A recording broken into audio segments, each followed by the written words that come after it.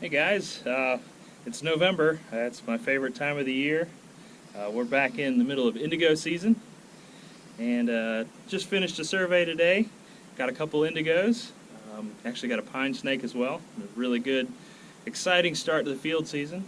And I just wanted to share this snake with you guys and talk a little bit about indigo snake biology and their behavior this time of year.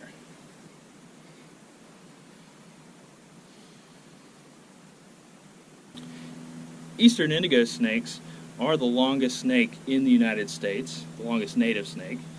And this guy right here is an adult male.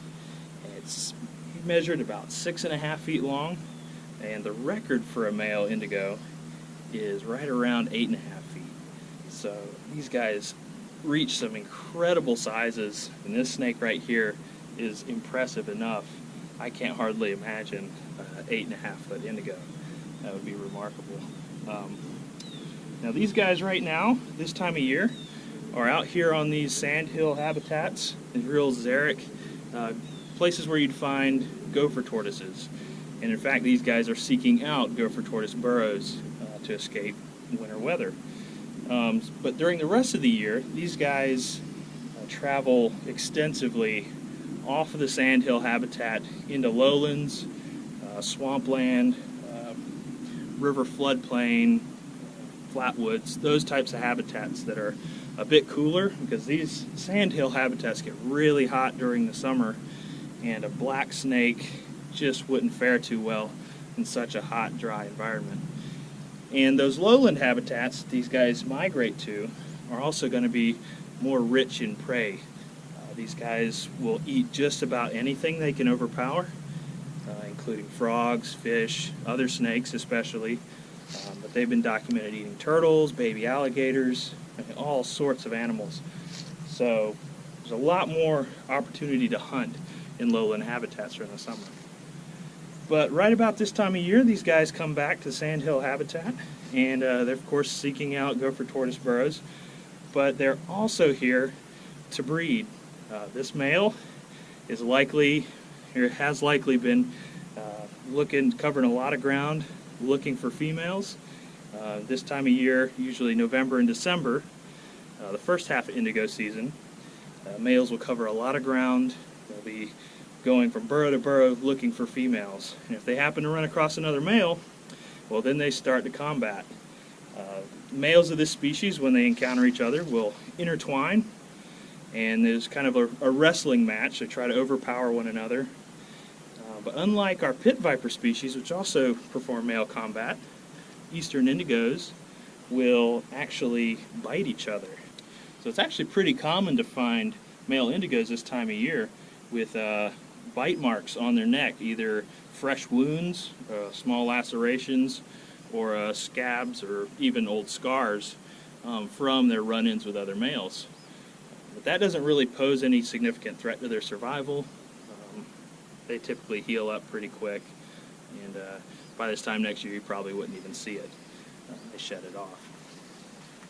Now this time of year, early in the indigo season as well, we find a lot of shed skins, and so that's one thing we really look for on our surveys to determine if a site is occupied, is the presence of shed skins, because we can't always get the snakes in hand. Either we didn't see them while they're on the surface, or they're hidden in a burrow that we weren't able to scope, or didn't think to scope because we didn't see any sign. But we often find shed skins on the surface, and so that's one way that we actually document this species quite regularly throughout the early months of indigo season.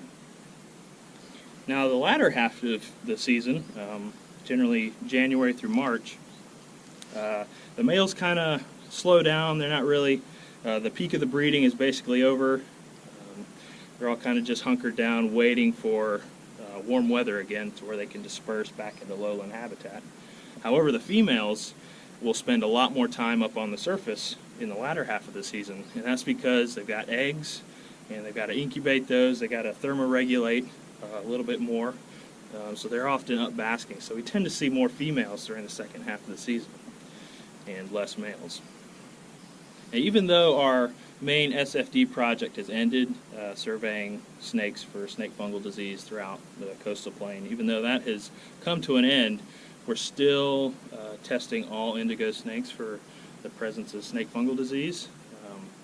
This is one of the species that tested positive quite frequently, and we don't know what that means. It could be a concern.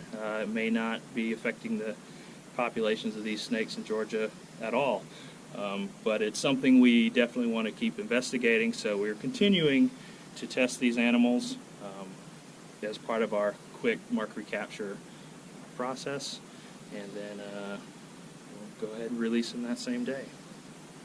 God, these guys are just incredible animals. It's a real honor to be able to work with these guys in the wild. It's always been one of my favorite snakes, especially after I saw my first one in the wild, but getting to see them daily or weekly every winter is just a dream come true. They're such an iconic part of the longleaf pine ecosystem, such a special species. Proud to be able to get to work in their conservation.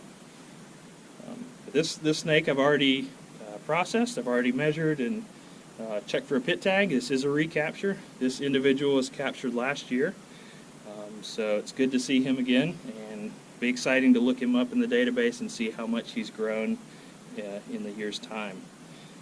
But I'm pretty much done with him, and I'm sure he's ready to get back to his burrow, so I'm going to let him go and call it a day.